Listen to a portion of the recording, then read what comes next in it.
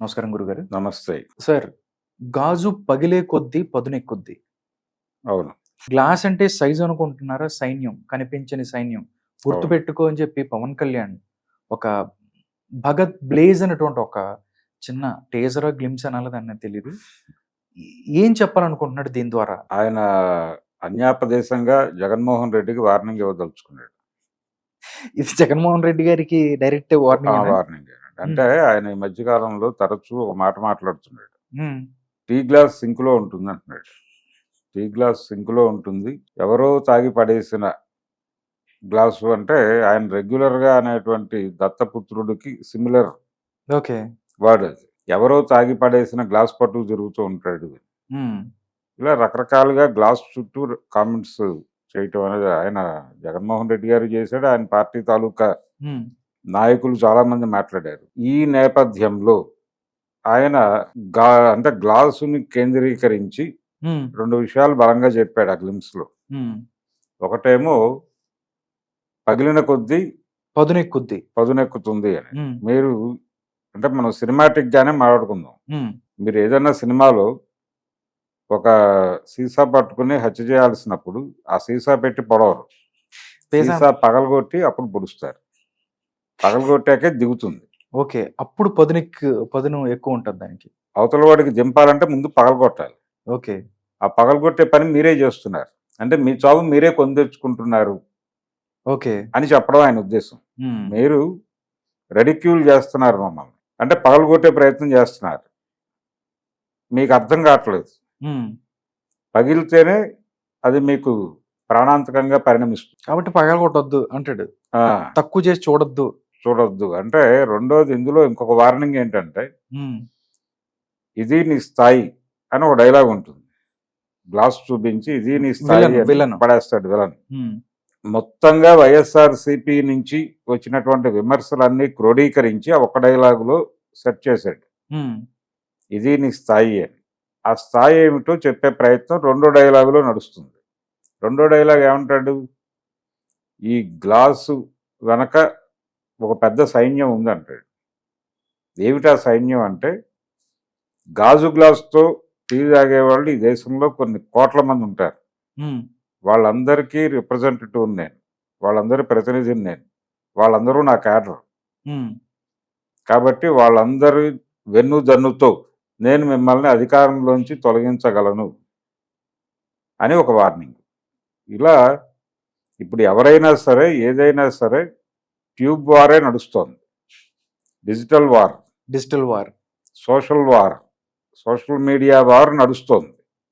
Social మీడియాలో ఇప్పుడు రామ్ గోపాల్ వర్మ గారు తీసినటువంటి వ్యూహం శబదం కూడా ఇంకో 2 రోజుల నుంచి దానిలో చాలా సీన్లు కట్ చేసి సోషల్ మీడియాలో పంప్ చేస్తారు. హ్మ్. అలాగే సోషల్ మీడియాలో పంప్ చేయటానికి బాబాయి హత్య అనే పేరుతో ఓ సినిమా రెడీ అయింది. వివేకం అనే టైటిల్తో. హూ కిల్డ్ బాబాయ్? హూ కిల్డ్ బాబాయ్ కింద క్యాప్షన్. పెట్టి ఆ వివేకం తాలూకా క్లిప్స్ కూడా కట్ చేసి యూట్యూబ్‌ల్లోను, ట్విట్టర్‌లోను లేకపోతే ఫేస్‌బుక్‌లోను, ఇన్‌స్టాగ్రామ్‌లోను వాడటం కోసం రీల్స్‌లోను హ్మ్.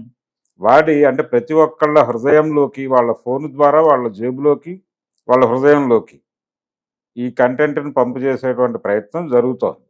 అంటే సోషల్ మీడియా వార్ జరుగుతోంది ఇప్పుడు. 'రాజధాని ఫైల్స్' అనే పేరుతో ఒక సినిమా తయారైంది. హ్మ్.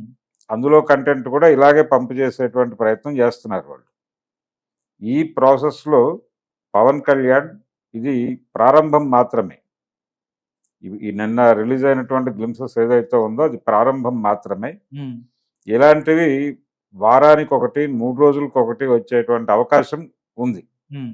అంటే తాను స్ట్రెయిట్‌గా వెళ్లి మాట్లాడకుండా రోజువారీ ప్రజలతో ఒక కాంటాక్ట్ మెయింటైన్ చేయటానికి ఒక ప్రయత్నం ఇది. పాత రోజుల్లో ఈ సోషల్ మీడియా లేని రోజుల్లో సినిమాలు తీసి ఆ ప్రయత్నం చేసేవారు. ఎన్టీ రామారావు గారు 'నా దేశం' సినిమా ద్వారా సాధించిందేమిటి? తాను ఇందిరాగాంధీని ఏదైతే మాట్లాడదలుచుకున్నాడో అవన్నీ మాట్లాడేసి అంటే 35 ఏళ్ల నీ రాజకీయ అనుభవం 3 నెలల్లో ఔపోసన పట్టాను లాంటి డైలాగులు ఉంటాయి ఆ నా సినిమాలో. దేశంలో. నా దేశంలో. హ్మ్. అలాగే ఒక పాట ఉంటుంది. రోజులన్నీ మారే నీ పోజులు ఇంకా ఆపవే, డబ్బులున్న బొమ్మ నీ డాబులు ఇంకా చల్లవే, కోడి గొంతు నొక్కి తొలి పొద్దున పలేవులే ఇలాంటి పాట ఒకటి ఉంటుంది, ఇందిరాగాంధీని టార్గెట్ చేస్తూ రాసిన పాట. ఉమ్, అది అర్థమవుతుంది వింటుంటే. ఇలా ఆ సినిమాలో సత్యనారాయణ క్యారెక్టర్ని ఉద్దేశించి రామారావు చెప్పే డైలాగులన్నీ ఇందిరాగాంధీని టార్గెట్ చేసి రాసినవే. ఉమ్, ఈ పద్ధతిలో అంతకుముందు ఆయన తీసినటువంటి అమగోళలో కూడా ఇంద్రుడితో ఒక డైలాగ్ ఉంటుంది, మా భూలోకంలో రాజకీయ నాయకులందరూ నీ బాణినే అనుసరిస్తున్నారు అంటాడు. అంటే అధికారం కోసం, పదవులు నిలబెట్టుకోవడం కోసం అమ్మాయిల్ని సరఫరా చేయటం అనేది నీ దగ్గర నుంచే నేర్చుకున్నారు ఇట్లాంటి. ఉమ్, ఈ పద్ధతిలో ఈ డైలాగులన్నీ కూడా పబ్లిక్కి రీచ్ అయ్యేవి, వాళ్ళు రెస్పాండ్ అయ్యేవాళ్ళు, కనెక్ట్ అయ్యేవాళ్ళు. ఉమ్, కాబట్టి అలా ఒక డైలాగ్తో ప్రజలకి కనెక్ట్ అవటం అనే వ్యూహంలో భాగంగా పవన్ కళ్యాణ్ గారు ఈ మార్గం ఎంచుకున్నాడు. ఎంచుకుని ఇప్పుడు ఆయనకి ప్రొడక్షన్లో ఇంకా 2 సినిమాలు ఉన్నాయి. అవును. ఒకటి దాదాపు 3-4 ఏళ్ల నుంచి షూటింగ్ జరుపుకుంటున్నటువంటి హరిహర హరిహర వీరమల్లు. ఆ మధ్య షూటింగ్ మొదలై చంద్రబాబు అరెస్టుతో ఆగినటువంటి సినిమా ఓజీ ఉంది. ఉమ్, వీటి తాలూకా గ్లిమ్సెస్, వీటి తాలూకా టీజర్లు, ట్రైలర్లు ఒక వరుస అయిపోయిన తర్వాత, అంటే ఆ గెటప్పుల్లో మళ్ళీ పవన్ కళ్యాణ్ ఏదో పద్ధతిలో తిడతాడు ఆయన, విమర్శించుట, ఉమ్, స్ట్రైట్గా అతని గురించి కామెంట్ చేయుట, ఇది ప్రోగ్రాం. దానికోసం మొదలుపెట్టాడు. ఇది కర్టన్ రైజర్ మాత్రమే. ఇకపై చాలా ఇలాంటి వీడియోలు వచ్చేటువంటి అవకాశం ఉంది. ఆ సినిమా నిజానికి కంప్లీట్ చేసి ఎలక్షన్ లోపు రిలీజ్ చేసేంత వెసులుబాటు ఉంది.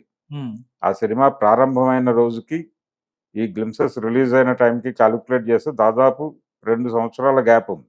ఏది మొదటిసారి అతను భవదీయుడు భగత్ సింగ్ అనేది ప్రకటించిన రోజుతో చూస్తే దాదాపు 3 ఏళ్ళు గ్యాప్ ఉంది.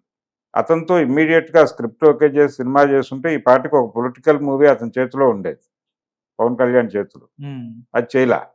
పైగా తనకు ఒక అద్భుతమైన అవకాశం వచ్చింది బ్రో అనే సినిమా ద్వారా. బ్రోలో సాయి ధరమ్ తేజ్ క్యారెక్టర్ను ఒక స్లమ్లో లొకేట్ చేసి ఉమ్, ఆ స్లమ్లో రోజువారీ ప్రభుత్వంతోనూ వాలంటీర్లతోనూ అక్కడ ప్రజలు పడుతున్నటువంటి సఫరింగ్స్ అన్ని చూసి పవన్ కళ్యాణ్ దేవుడిగా చేసే కామెంట్స్ మీద కనుక సినిమా నడుపుంటే అది పొలిటికల్గా చాలా ఉపయోగపడేది పవన్ కళ్యాణ్.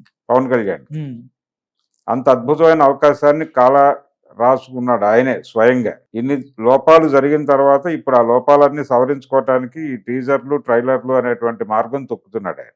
ఇది కేవలం జగన్మోహన్ రెడ్డిని టార్గెట్ చేస్తూ డిజైన్ చేసినటువంటి గ్లిమ్సెస్ మాత్రమే. ఓకే. అంతకు మించి వేరే ప్రయోజనం ఏం లేదు. ఈ సన్నివేశాలు సినిమాలో ఉంటాయా లేదా అనేది వేరే గొడవ.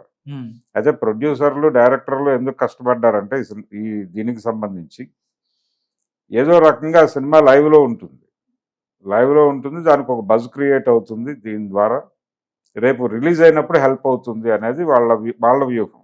ఉమ్, పొలిటికల్గా తన డైలాగ్ని జనంలోకి తీసుకెళ్ళటానికి ఇది ఉపయోగపడుతుంది అనేది ఈయన వ్యూహం.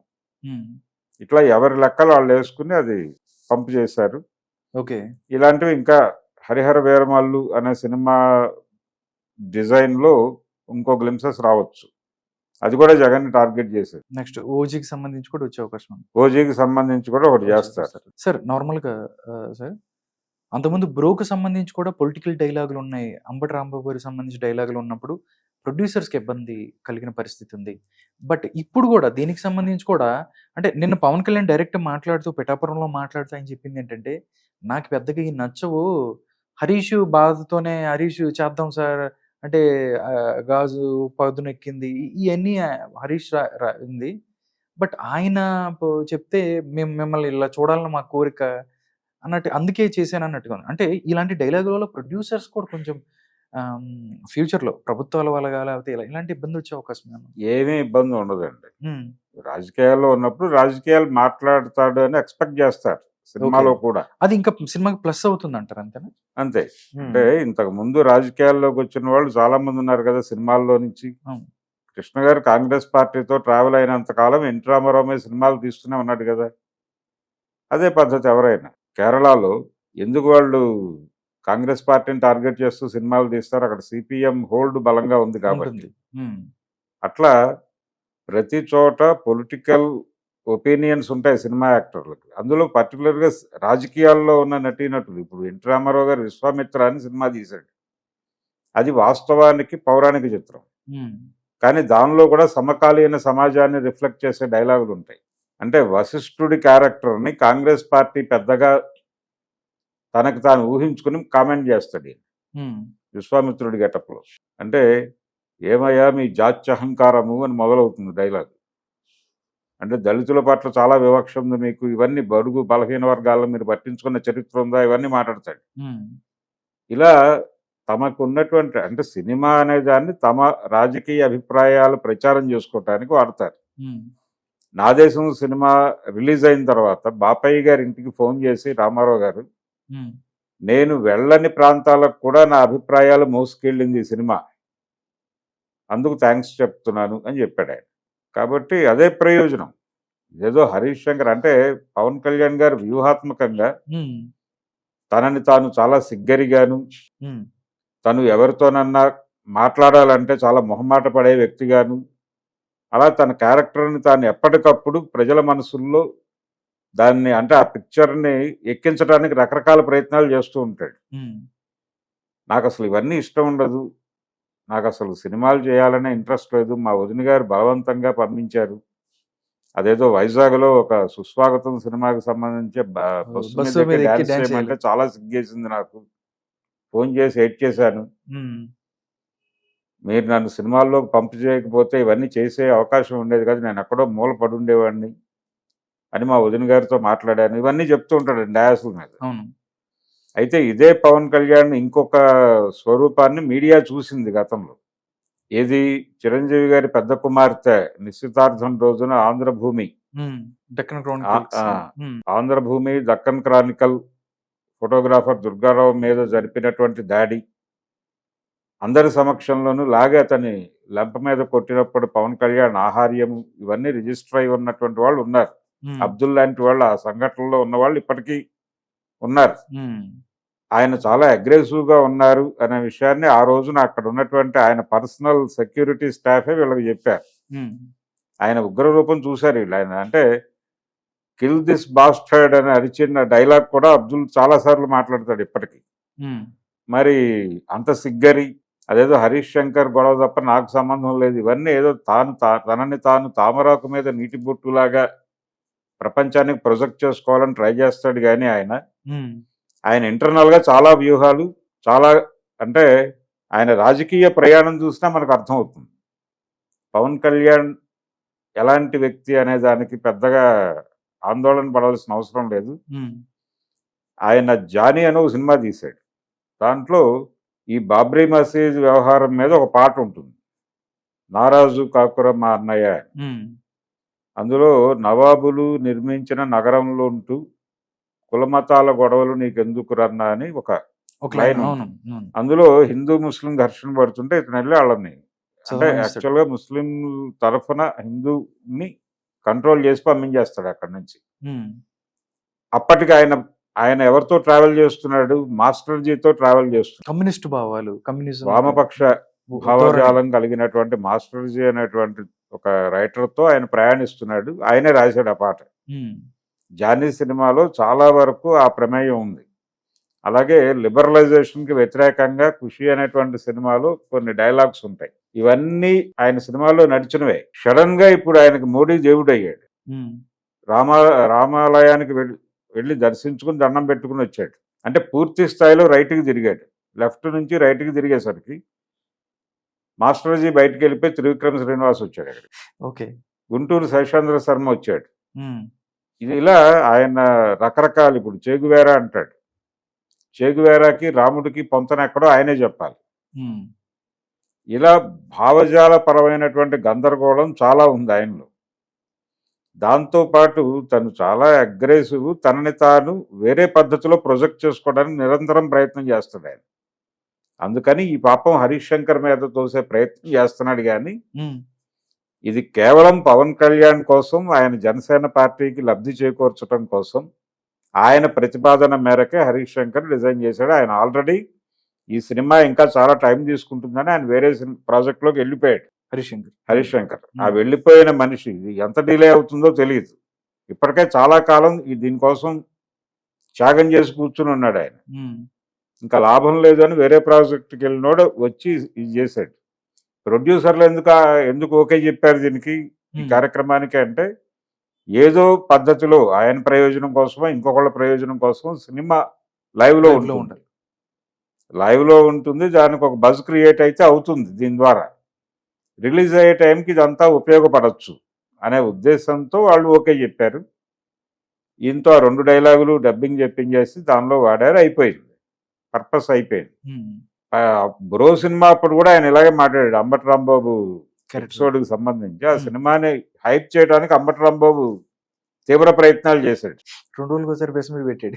రోజు పెట్టాడు, వరుసగా 3 రోజులు ప్రెస్ మీట్లు పెట్టాడు, ఇదే సబ్జెక్ట్. ఎక్కడైతే కలెక్షన్ డౌన్ అనగానే అమరరాంబాబు వచ్చాడు. అంబటి రాంబాబు మాట్లాడేవాడు. Hmm. వీళ్ళిద్దరి మధ్య ఏదైనా మ్యాచ్ ఫిక్సింగ్ ఉందా అనే డౌట్ వచ్చే లెవెల్లో ప్రచారం చేశాడు ఆయన, రాంబాబు. అప్పుడు కూడా పవన్ కళ్యాణ్ అది ఇంటెన్షనల్ గా పెట్టింది కాదు అని మాట్లాడాడు. ఇంటెన్షనల్ గానే పెడతారు, ఇంటెన్షనల్ గా మీరు ఇంకా చాలా చెయ్యాలి, మీ నుంచి చాలా ఎక్స్పెక్ట్ చేస్తున్నారు జనాలు. ఉమ్, మీరు ఇలా మిమ్మల్ని మీరు తగ్గించేసుకుంటే, బైబిల్లో ఒక వాక్యం ఉంటుంది, ఉమ్, తనని తాను తగ్గించుకున్నవాడు హెచ్చింపబడును. హెచ్చింపబడును అక్కడ పైన. ఇలాంటిది ఏదైనా చదివి ఇలా అయిపోతున్నాడా అంటే, చాలా పుస్తకాలు చదివారని చెప్తాడు, అలా బైబిల్ చదివి ఇలా అయిపోయాడా అనే ఒక డౌట్ వస్తుంది. కానీ ఉమ్, ఆయన ఏదో అలాగే ఉంటే బెటర్.